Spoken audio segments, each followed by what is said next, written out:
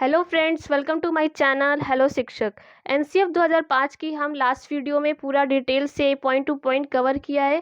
तो जिस भी बच्चे ने अभी तक नहीं देखा है, पहले उस वीडियो को पढ़े, फिर यहाँ पे उसके क्वेश्चंस की प्रैक्टिस करेंगे कि देखेंगे पढ़ने के बाद हम एग्ज़ाम के लिए कितने रेडी हैं।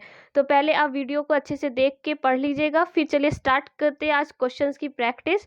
तो हमारा आज एनसीएफ का पहला क्वेश्चन है, एनसीएफ 2005 का पूरा नाम क्या है? पहला option national curriculum framework, B national curriculum file, C national class framework या नन ऑफ अबव। तो हमें पता है, सबसे पहले पॉइंट हमने यही कवर किया था वीडियो में कि एनसीएफ का फुल फॉर्म क्या है। तो एनसीएफ का फुल फॉर्म है national curriculum framework.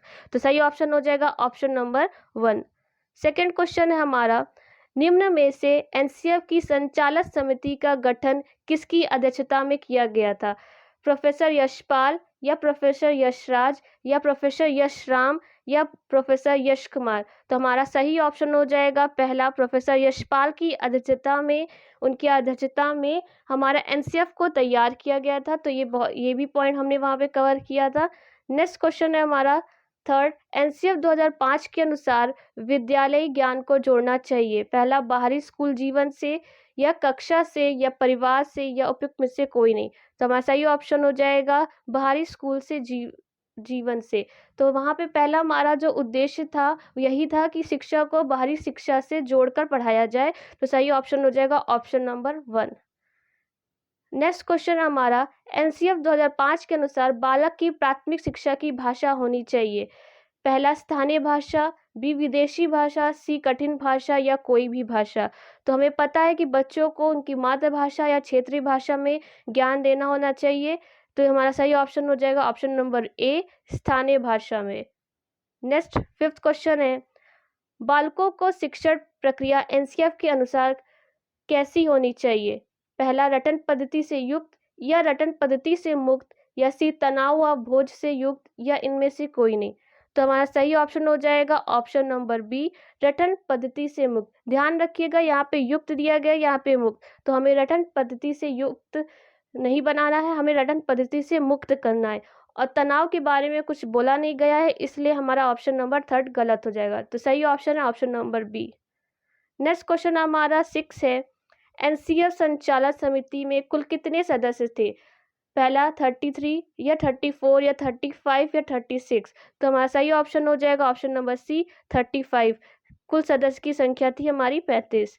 Next question है हमारा, राष्ट्रीय पाठचर्या रूपरेखा में विज्ञान शिक्षण का उद्देश्य होना चाहिए। बालकों में जिज्ञासु प्रवृत्ति का विकास करना या बालकों में लोकतांत्रिक मूल्यों का विकास करना या गणना करने की क्षमता का विकास करना। तो हमारा विज्ञान शिक्षण का मेन उद्देश्य था बालकों में जिज्ञासु प्रवृत्ति का विकास करना। तो सही ऑप्शन हो जाएगा option number A. Next question है, राष्ट्रीय पाठचर्या फ्रेमवर्क 2005 ने अपनी समझ से प्राप्त की संज्ञानवाद से, रचनावाद से या अनुदेशन से या उपयुक्त सभी। तो हमारा सही ऑप्शन हो जाएगा ऑप्शन नंबर बी, रचनावाद से। नेक्स्ट क्वेश्चन है हमारा, एनसीएफ 2005 बल देता है शिक्षक केंद्रित शिक्षा पर, स्वयं करके सीखने पर या रटने की प्रक्रिया पर या समस्या हल करने पर।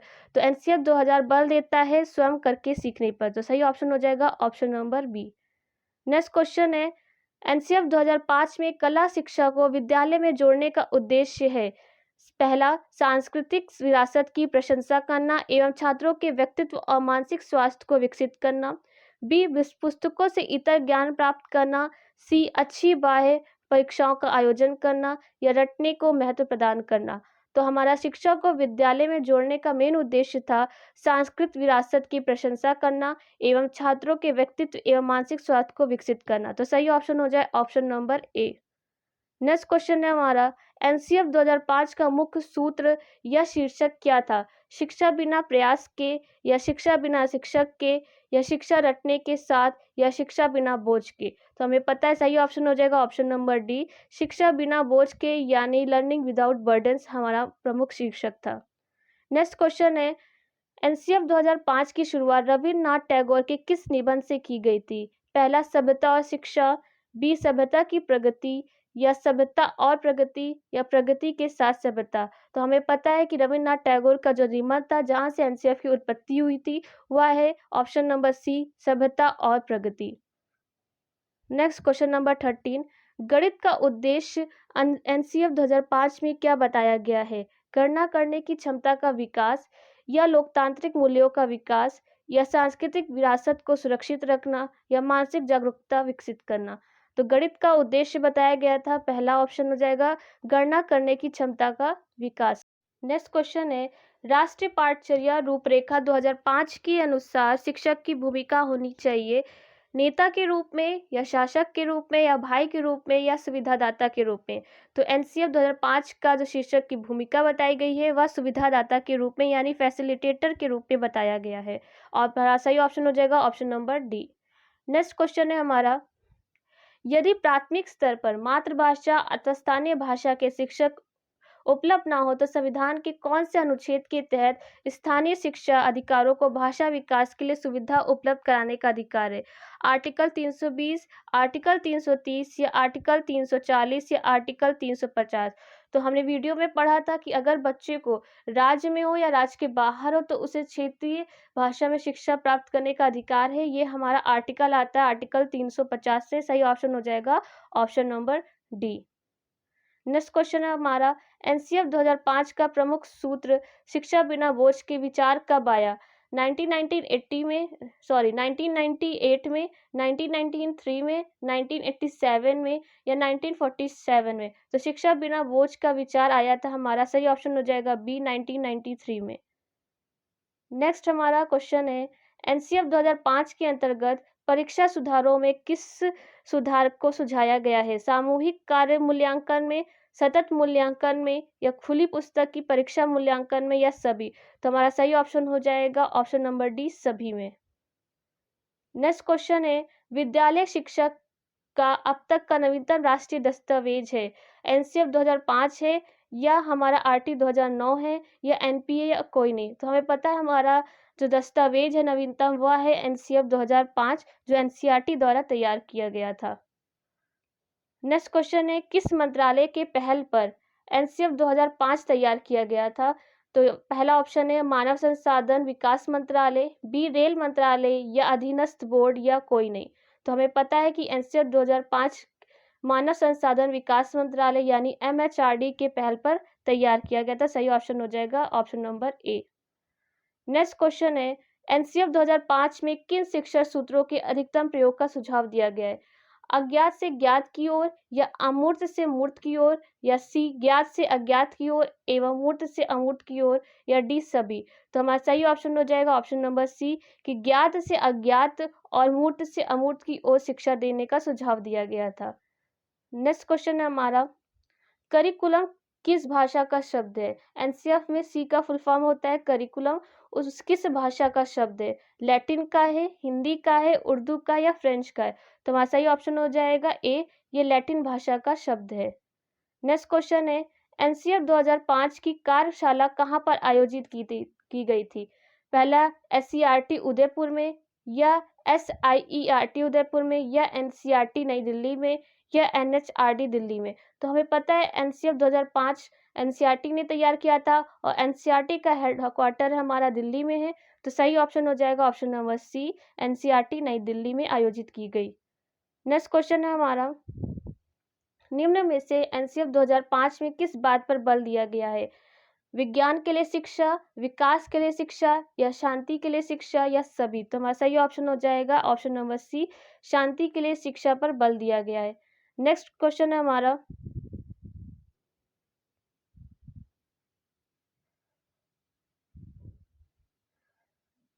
एनसीएफ 2005 में किस परीक्षा के संबंध में सुधार के लिए सुझाव दिए गए? पहला, कक्षा 10वीं की परीक्षा ऐच्छिक हो, या प्रतियोगी प्रवेश परीक्षा को ऐच्छिक बनाया जाए, या कक्षा 12वीं की परीक्षा ऐच्छिक हो, या सभी?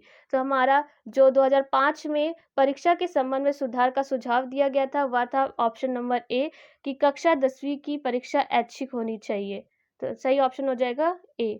नेक्स्ट क्वेश्चन हमारा 25, पाठ्यक्रम निर्माण की आवश्यकता क्यों होती है? शिक्षा की सुविधा के लिए, शिक्षा के उद्देश्यों की प्राप्ति हेतु या बालकों को पाठ्य पुस्तक उपलब्ध कराने हेतु या इनमें से कोई नहीं। तो शिक्षा के उद्देश्य को प्राप्त करने के लिए पाठ्यक्रम निर्माण की आवश्यकता पड़ती है। तो ऑप्शन नंबर बी हमारा सही हो जाएगा। नेक्स्ट क्वेश्चन 26 है। एनसीएफ 2005 में सुझाव दिया गया कि सूचना को क्या मानने से बचा जाए, ज्ञान या सूचना या समझ या इनमें से कोई नहीं। तो हमारा सही ऑप्शन हो जाएगा ऑप्शन नंबर ए, ज्ञान मानने से बचा जाए। नेक्स्ट क्वेश्चन 27, एनसीएफ 2005 में कुल अध्यायों की संख्या कितनी थी। तो हमने वीडियो में पढ़ा था कुल हमारे स्तंभ जो थे वो 5 थे। तो सही ऑप्शन हो जाएगा हमारा option number B 5। Next question 28 है। एनसीएफ 2005 में गुणवत्ता आयाम शीर्षक के अंतर्गत महत्व दिया गया। शिक्षित एवं अभिप्रेरित शिक्षकों को, बालकों के लिए ज्ञान संदर्भ में संचरित अनुभवों को, या बालकों के लिए संचरित अनुभव एवं पाठ्यक्रम सुधार को, या डी भौतिक संसाधनों को। तो सबसे ज्यादा महत्व दिया गया था हमारा बालकों के लिए संचरित अनुभव एवं पाठ्यक्रम सुधार के लिए। तो हमारा सही ऑप्शन हो जाएगा option number C. Next question है 29, यदि बच्चे फेल होते हैं तो वे दर्शाते हैं अपनी असफलता को, स्कूल की असफलता को, समाज की असफलता को, या परिवार की असफलता को। तो अगर बच्चा फेल होता है तो बच्चे की असफलता नहीं, वह हमें पता है सिस्टम ही फेल होता है, तो स्कूल की असफलता को दर्शाते हैं। तो सही ऑप्शन हो जाएगा हमारा ऑप्शन नंबर बी, स्कूल की असफलता को। नेक्स्ट 30 क्वेश्चन है हमारा। एनसीएफ 2005 के अनुसार सीखना एक ज्ञान के निर्माण की प्रक्रिया है, या ज्ञान अवरुद्ध करने की प्रक्रिया है, सीखना व्यक्ति विकास को प्रभावित करती है, या उपयुक्त में से कोई नहीं। तो ये हमारा सही ऑप्शन हो जाए ज्ञान की निर्माण की प्रक्रिया है, हमारा सही ऑप्शन हो जाएगा ए। नेक्स्ट क्वेश्चन है हमारा 31, भीड़ भाड़ वाली कक्षाओं में डैश अध्यापन की बात करना निरर्थक है। पहला, पिछड़े या समान या कक्षा केंद्रित या सृजनशील। अगर भीड़ भाड़ वाली कक्षा है तो उसमें जो अध्यापन की बात है करना सृजनशील के लिए निरर्थक है। तो हमारा सही ऑप्शन हो जाएगा option number D. Next question 32, राष्ट्रीय पाठचर्या की रूपरेखा 2005 के अनुसार सत्य नहीं है। सभी बच्चों में सीखने की क्षमता होती है, सभी बच्चे स्वभाव से सीखने हेतु प्रेरित रहते हैं, बच्चे व्यक्तिगत स्तर पर एक ही तरह से सीखते हैं, या स्कूल के भीतर बाहर दोनों जगह सीखने की प्रक्रिया चलती रहती है। तो हमारा जो असत्य हो जाएगा वह है ऑप्शन नंबर सी, कि बच्चे व्यक्तिगत स्तर पर एक ही तरह से सीखते हैं। ये बिल्कुल गलत है क्योंकि हर बच्चा विशिष्ट होता है, उसके सीखने और समझने की क्षमता सबकी अलग अलग होती है। तो सही ऑप्शन हो जाएगा option number C. Next question है, राष्ट्रीय पाठचर्या रूपरेखा 2005 में बहुभाषा को एक संसाधन के रूप में दिया गया क्योंकि यह एक तरीका है जिससे प्रत्येक बालक सुरक्षित महसूस करे। बी, भाषागत पृष्ठभूमि के कारण कोई बालक पीछे न छूटे। सी, यह बालक को अपने आप पर विश्वास के लिए प्रोत्साहित करेगा। या डी, सभी कथन सही हैं। तो हमारा बहुभाषा के लिए जो संसाधन के रूप में दिया गया उसमें ये तीनों पॉइंट आते हैं। तो हमारा सही ऑप्शन हो जाएगा ऑप्शन नंबर डी, सभी कथन सत्य हैं। नेक्स्ट हमारा 34, शिक्षकों को शिक्षण व्यवसाय में लगातार बदलते मानकों और डैश के साथ डील करना चाहिए। पहला, पाठ विवरण, बी, पाठचर्या, सी, आकलन, या परीक्षा प्रणाली। तो बच्चों के लिए शिक्षक को पाठचर्या के साथ डील करना चाहिए कि उनको शिक्षा बिना बोझ के दिया जाए। तो सही ऑप्शन हो जाएगा option number B. Last question है आज का हमारा। एनसीएफ 2005 के अनुसार मूल्यांकन का प्रधान उद्देश्य है ए, शिक्षण अधिगम प्रक्रिया का आकलन करना, छात्र की शिक्षा संबंधी प्रगति का मापन करना, शिक्षण अधिगम प्रक्रिया में अध्यापक व छात्रों की उपलब्धि का मापन करना, या विद्यालय में होने वाली सह पाठ्यक्रम गतिविधियों का अंदाजा लगाना। तो हमारा सही ऑप्शन हो जाएगा ऑप्शन नंबर सी, शिक्षक अधिगम प्रक्रिया में अध्यापक व छात्रों की उपलब्धि का मापन करना, ये हमारे मूल्यांकन का मेन उद्देश्य है। तो ये था हमारा एनसीएफ 2005 की आज मेन क्वेश्चंस। जो इससे बाहर आपका कुछ नहीं आएगा। अगर आपने वीडियो भी अच्छे से पढ़ लिया होगा तो आपके लिए ये क्वेश्चंस लगाने में, आंसर टिक करने में इजी रहा होगा। तो आई होप आपको ये क्वेश्चंस की प्रैक्टिस की सीरीज अच्छी लगी होगी। तो वीडियो को लाइक करिएगा, कमेंट करिएगा, शेयर करना ना भूलिएगा। आज के लिए थैंक यू।